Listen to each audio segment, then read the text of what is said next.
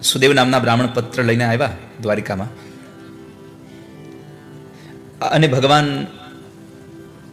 કૃષ્ણને કહ્યું, પ્રભુ આ તમારો પત્ર છે. ભગવાને કીધું, વાંચો ભૂદેવ. સુદેવ નામના બ્રાહ્મણે કીધું, પ્રભુ તમારો અંગત પત્ર છો આ, અને આ દુનિયામાં પહેલો વહેલો પ્રેમ પત્ર લખવાની શરૂઆત કોઈએ કરી હોય તો માં રૂકમિણીએ કરી છે.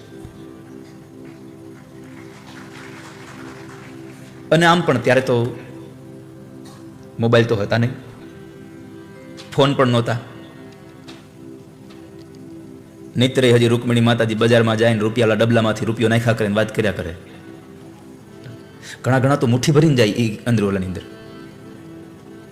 નાખ્યા કરે. પણ પત્ર હતા ત્યારે પ્રેમ બહુ હતો. એમાંથી ઘણા બધા લોકોએ અનુભવ્યું હશે, ઘણા બધા પાસે હજી એ પ્રસાદીના પડ્યા હશે.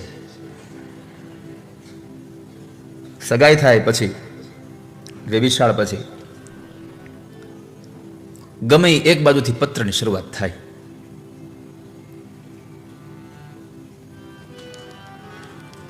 અને પરબીડિયું કવર હોય, પત્ર લેખો હોય, પછી કવર ઉપર ચારેય બાજુ આમ જો લીમડાનો ગુંદર મળ્યો હોય તો એ લગાડ્યો હોય. ત્યારે આ ફેવિસ્ટિક ને એવું હતું નહીં કાંઈ.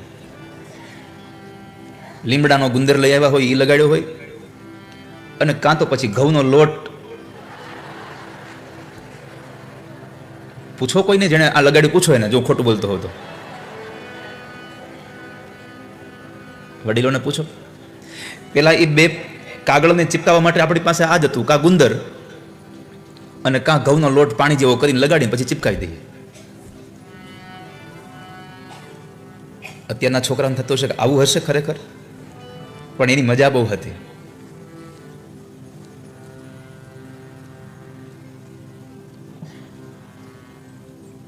પતંગ તૂટી જતી ને તો એ ગુંદર જ કામ આવતો.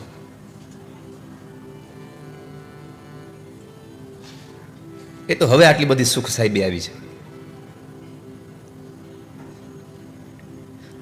તો પત્ર લખો હોય, તમે જુઓ સગાઈ થાય પછી, અને ચારે બાજુ આમ નકર આમ લીટા માર્યા હોય ને, બધી બાજુ લખ્યું હોય, ફલાણા વગર કોઈ ખોલશો નહીં.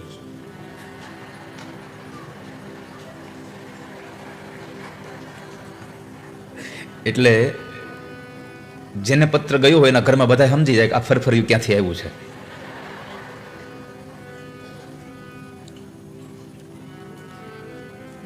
ઘણા ઘણા એ તો આમ તમે જુઓ તો એટલી સરસ મજાની ડિઝાઇનો દોરી દોરીને મોકલી હોય પત્ર ઉપર. અમુક તો આમ દિલ દોરીને મોકલ્યા હોય. વિષ્ણુભાઈ આવો કઈ વારો આવ્યો હતો, આમ તીર કાઢ્યું હોય બે બાજુથી આર પાર. તીરના એક છેડે એનું નામ લખ્યું હોય, બીજા છેડે બીજાનું નામ લખ્યું હોય. આવો પત્ર જાય. ઘણા ઘણા તો હગાઈ થાય પછી શાયર બની જાય, શાયરી લખે. કઈ બાજુથી લખાણું હોય ખબર નહીં,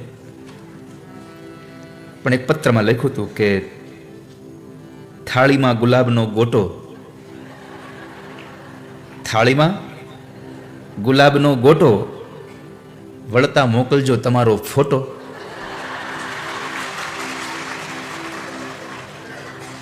અને ઘોઘો પાછો ફોટો પડાવીને મોકલે ખરો.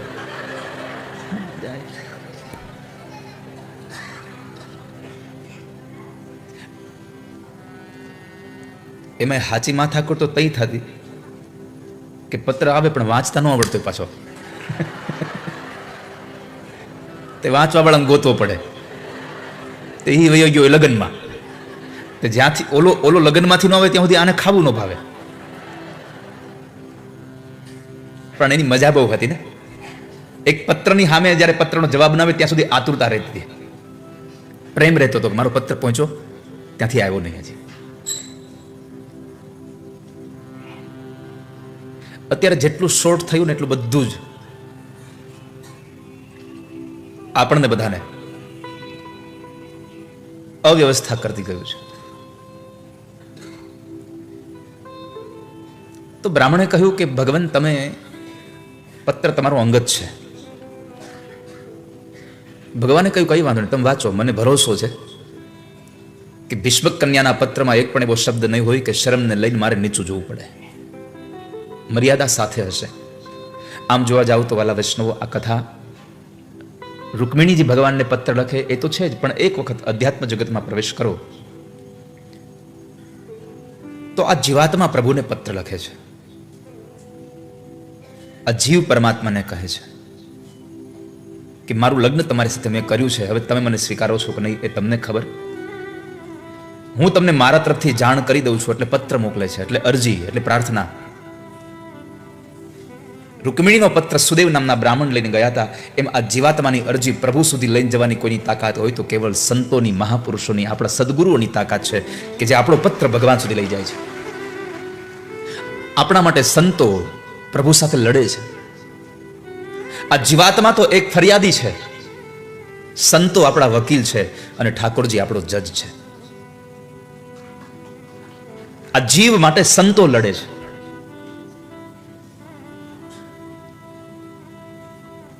તો પરમાત્મા કહે છે કે તમે પત્ર વાંચો. રૂકમિણીએ પહેલા શ્લોકમાં પત્રમાં ભગવાનને લખ્યું, સંબોધન સાંભળો. પાણી ભરવા ગયા અને નંદકુંવરને જોયા અને લોભાઈ ગયા. તો આવું રૂપ ભગવાન તમારું છે. તો પેલું કુળ જોવું, બીજું તમારે શીલ ચારિત્ર જોવું, ત્રીજું રૂપ જોવું, ચોથા સ્થાને વિદ્યા જોવી, ભણેલું છે કે નહીં. અને ખાલી ભણેલું નહીં હો, ગણેલું હો તો જોઈ.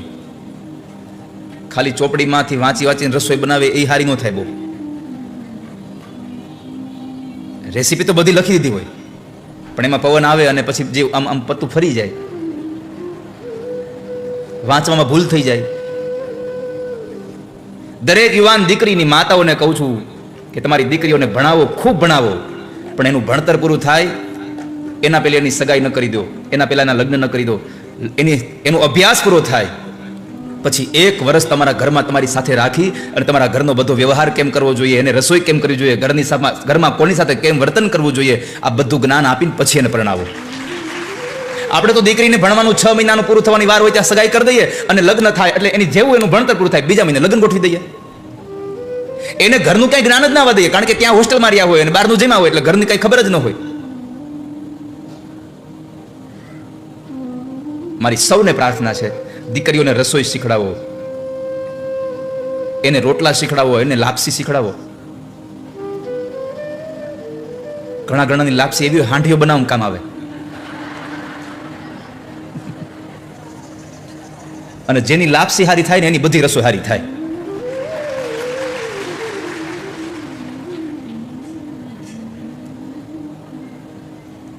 એ લાપસી વાંચીને ન આવડે.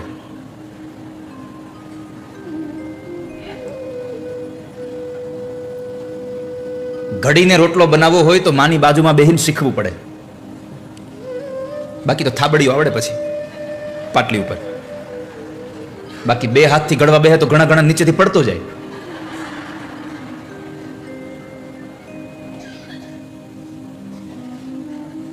તાવડીની કોર સમો રોટલો હોય.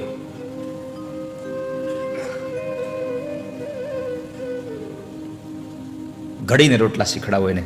આ તો ખાલી મેં એક્ઝામ્પલ તમને આપ્યા. ખાલી દીકરા દીકરીઓને ભણાવવા કરતા એને સાથે ગણાવો કે જીવનમાં આની જરૂરિયાત છે.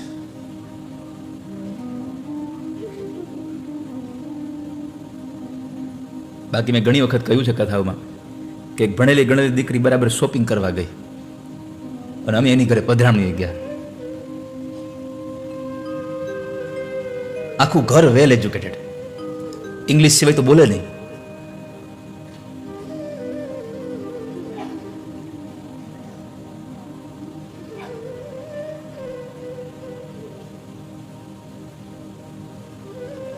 તે બરાબર દીકરી ખરીદી કરીને આવી, મેં સીધું વળી કહેવાય ગયું મારથી, આ બેન શાકભાજી લેવા ગયા હતા.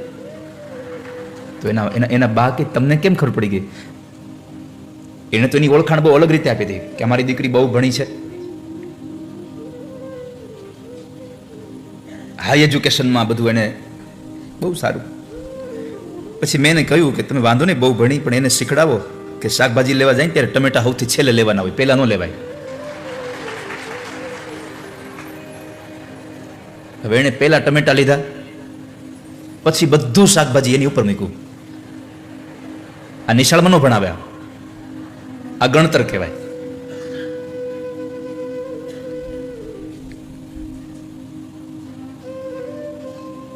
અને ભણવા માટે તમારે નિશાળમાં જવું પડે, ગણવા માટે આપણા વડીલોની બાજુમાં બેસવું પડે. ગણતર એ શીખડાવે. બાકી એક ગામમાં એન્જિનિયરો આવ્યા અને આમ લાઈન નાખી દીધી, પાઇપ નાખી દીધી જમીનમાં. પછી બધાને યાદ આવ્યું કે આ વાયર આપણામાંથી કાઢતા ભૂલી ગયા, હવે શું કરવું? મહેનત કરે એમાં એક બાપા બરાબર નીકળ્યા. કીધું, સાહેબ શું કરો છો? અરે ન દેખાતો પાઇપ નાખીએ એમાં આ વાયર નાખીએ છીએ. અરે નહીં સાહેબ, ખાલી પૂછું તમે શું કરો છો? એક જણો હતો ને કીધું આ વાયર નાખતા ભૂલી ગયા હતા, હવે થોડીક મહેનત થાય છે, જાતો નથી વાયર. સાહેબ બાપા કે તમને વાંધો નહીં તો હું કરી દઉં. અમે આ એન્જિનિયર એમને બન્યા છીએ કે અમારથી ન થયું તમારથી થાય, તમે કયો તો કરી દઉં. એક ભાઈ એક એન્જિનિયર કીધું એને કયો એટલે એને કયો કરી દે એટલે ખબર પડે કેમ થાય. આપણે હા હું એમને ભણ્યા છું. બાપાને કીધું, બાપા કે અડધી કલાકમાં આવ્યો, ત્યાં સુધી તમે ટ્રાય કરો. બાપા ગયા, એક ઉંદરડું ને એક મીંદડી લઈ આવ્યા.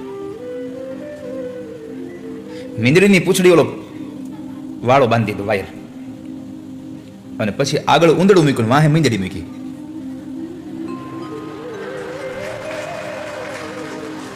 આ ભણવામાં ન આવે, સમજ્યા ને તમે? મારે તો હાસ્ય સાથે કહેવું છે ખાલી કે બધી જ વસ્તુ ભણતરથી પ્રાપ્ત ન થતી, ઘણી બધી વસ્તુ ગણતરથી પ્રાપ્ત થાય છે. ખાલી વિદ્યા જ નહીં, ભણેલો ગણેલો લઈ આવવો જોઈએ. વય પણ બરાબર હોવી જોઈએ. અમુક ઉંમર થાય પછી એને પરણાવાય. શાસ્ત્રોમાં બતાવ્યું છે 25 વર્ષ સુધી ભણતરની ઉંમર છે, 25 વર્ષ સુધી એને ભણી લેવા દો, પછી એને પરણાવો. સમાજનું એને જ્ઞાન ના આવે ત્યાં સુધી એને પરણાવી ન દો.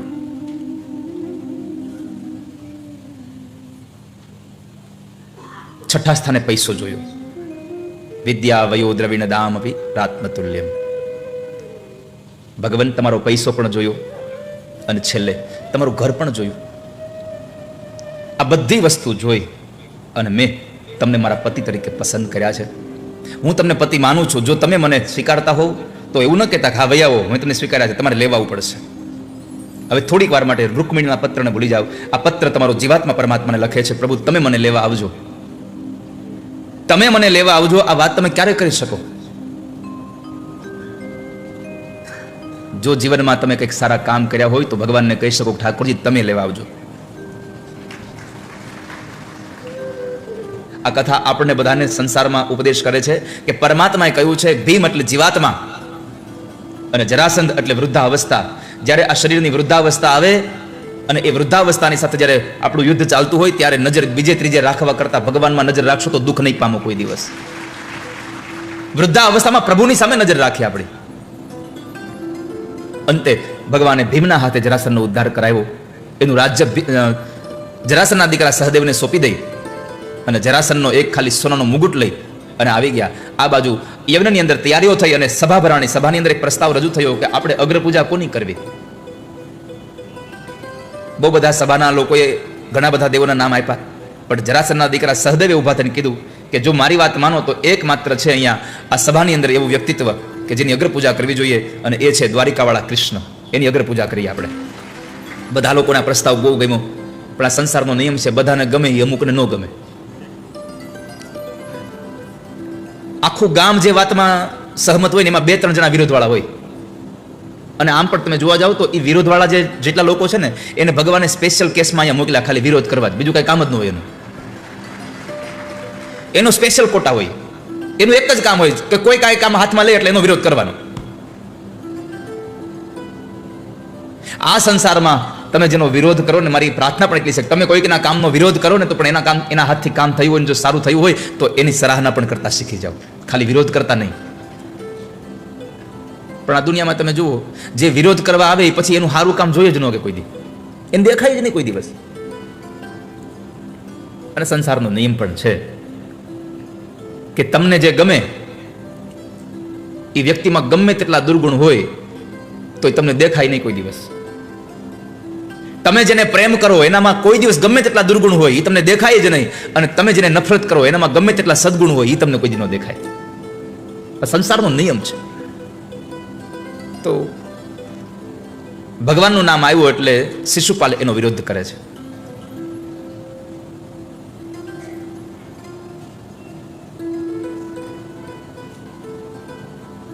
કે એની અગ્ર પૂજા ન હોય, ગોવાળિયાની, એ ચોરની અગ્ર પૂજા ન હોય, કોઈકની સ્ત્રીનું હરણ કરી જાય એની અગ્ર પૂજા ન હોય, કારણ કે એ જાન ખાલી હાથે ગઈ પછી હજી લગ્ન નથી થયા. તો શિશુપાલ એનો વિરોધ કરતો હતો. ભગવાને એને સમજાવ્યો કે ભાઈ, મેં મારા ફૈબાને વચન આપ્યું છે કે હું તને 100 અપરાધ કરીશ ત્યાં સુધી માફ કરી શકીશ, પછી નહીં કરું. પણ આજે શિશુપાલ આવેશમાં આવીને ભગવાનને ગાળો દેવા લાગ્યો. વિનાશ કાળે વિપરીત બુદ્ધિ. ભગવાનને એટલી બધી ગાળો દેવા લાગ્યો, એટલી ગાળો દેવા લાગ્યો, 100 ગાળ થઈ, 101 ગાળ બોલવા ગયો. ભગવાને સુદર્શન ચક્રથી મસ્તક કાપી નાખ્યું પરિસભામાં.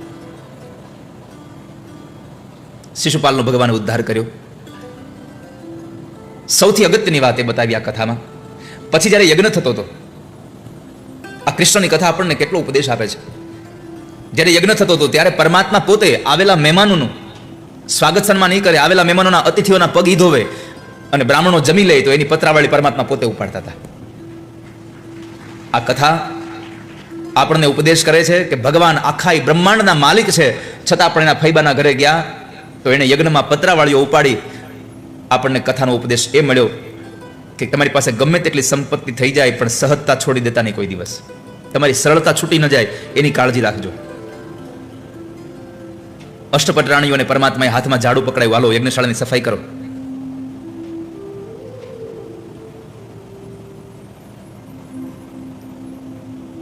મંદિરોમાં ખાલી દર્શન કરવા જાવ એટલું નહીં, મંદિરોની સફાઈ પણ કરો. અને ધન્ય છે આ સેવાના યજ્ઞમાં, આ યજ્ઞમાં અહીં તમે બેસીને કથા સાંભળીને ભગવાન તમારા ઉપર તો રાજી હશે જ, પણ હું તમને ભરોસા સાથે કહું છું કે જેને ભોજનાલયમાં, જેને પાર્કિંગ વ્યવસ્થામાં, જેને ઉતારા વિભાગમાં જેટલા સ્વયંસેવકોએ સેવા કરી, ઠાકોરજી વધારે રાજી એના ઉપર હશે.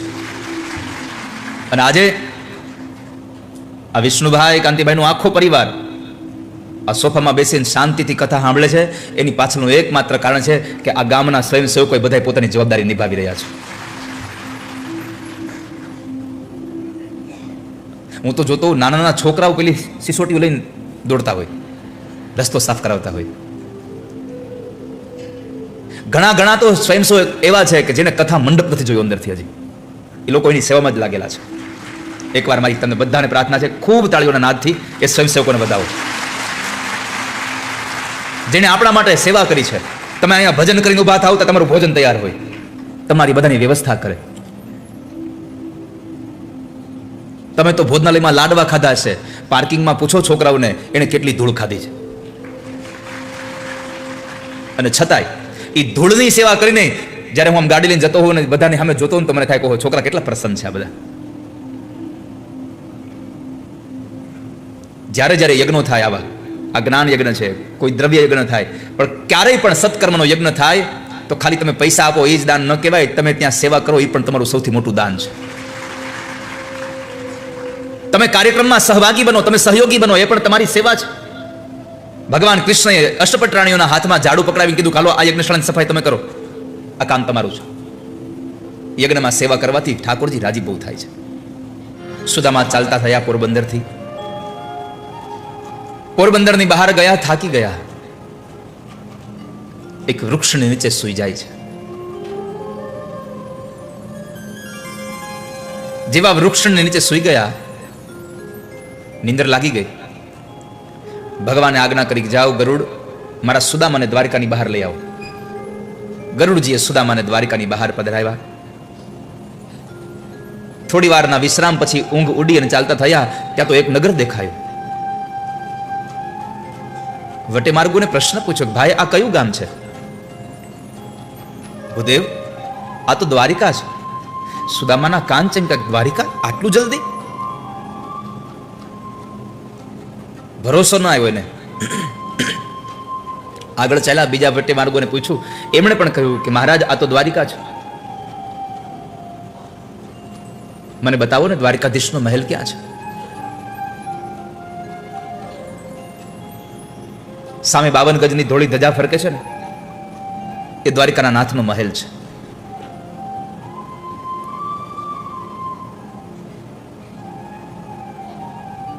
સુદામદેવ બ્રાહ્મણ પૂછતા પૂછતા ભગવાન દ્વારિકાધીશના મહેલે આવ્યા છે.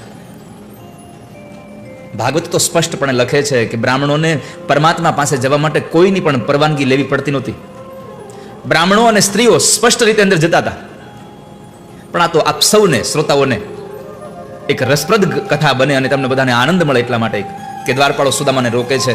સુદામાને કહે છે કે તમારે જે દાન જોતું હોય તે લઈ જાઓ, જમવું હોય તો જમાડી દઈએ, કપડાં જોઈતે તો કપડાં આપી દઈએ, અંદર જવા નહીં મળે.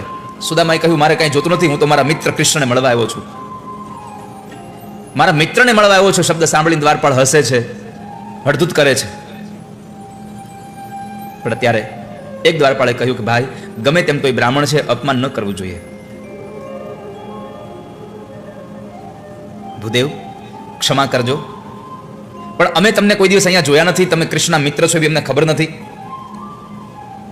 પણ તમે કહો છો કે તમે કૃષ્ણના મિત્ર છો, તો એક કામ કરો, તમારી ઓળખાણ મને આપો, હું મારા મહારાજને જઈને તમારા સમાચાર આપું. જો તમને ઓળખતા હશે ને એમ કહે છે કે અંદર આવવા દે તો એને અંદર જવા દેશ, નકર તમને જવા નહીં દઉં. સુદામાએ કીધું કઈ વાંધો નહીં, જાવ ને, તમે જઈને એને ખાલી એટલું કહો ને કે હું પોરબંદરથી આવું છું, એનો મિત્ર છું અને મારું નામ સુદામો છે. ભલે મહારાજ આપ ઉભા રહો. દ્વારપાળ અંદર જાય છે. મધ્યાંતરનો સમય હતો એટલે ભગવાન ભોજન કરી અને ઝૂલા ઉપર ઝૂલતા હતા. અષ્ટપટરાણીઓ ભગવાનને ચમર ઢોળે, એમાં રૂકમિણી પરમાત્માને પાનનું બીડલું અંબાવે અને પરમાત્મા પાનનું બીડલું ચાવતા હતા. જેમાં પછી મુખ શુદ્ધ્યર્થે આ બધું ચાલે, જેમાં પછી મોઢું ચોખ્ખું કરવા માટે જો કે શાસ્ત્ર પ્રમાણે જઈએ તો ઋતુફળ જ શ્રેષ્ઠ છે. મુખ શુદ્ધ્યર્થે ઋતુફલાને સમર્પયા. તમે પૂજા કરવા બેસો એટલે બ્રાહ્મણ તમને ભગવાનને જમાડ્યા પછી પેલા ફળ આપશે ભગવાનને આપવા માટે. કેમ તો કહે છે કે આ ઋતુફળ ભગવાનને મુખ શુદ્ધ્યર્થે, પછી મુખવાસ અર્થે ફલતાંબુલમ, સોપારી અને તજલમે ગેલચી ભગવાનને આપ્યા. પરમાત્મા પણ પાનનું બીડલું ખાય, પણ એમાં તમાકુ નહોતી આવતી.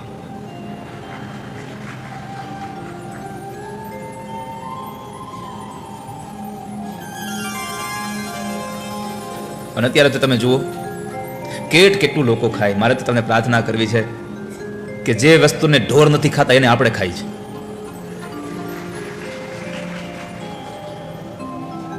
હા, તમે ખેતીવાડી કરો તો તમારે ખેતીની આજુબાજુ ચારે બાજુ તમારે તાર ફેન્સિંગ કરવું પડે, નકર ઢોર અંદર આવીને ખાઈ જાય પશુ બધા.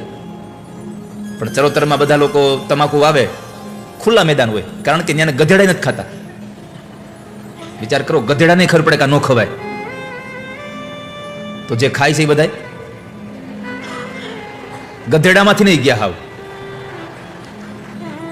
મારી પ્રાર્થના છે તમને બધાને વ્યસન ન કરશો.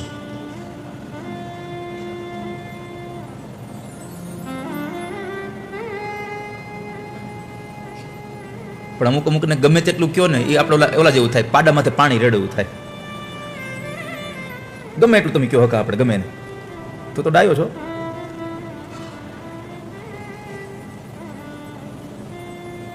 ગમે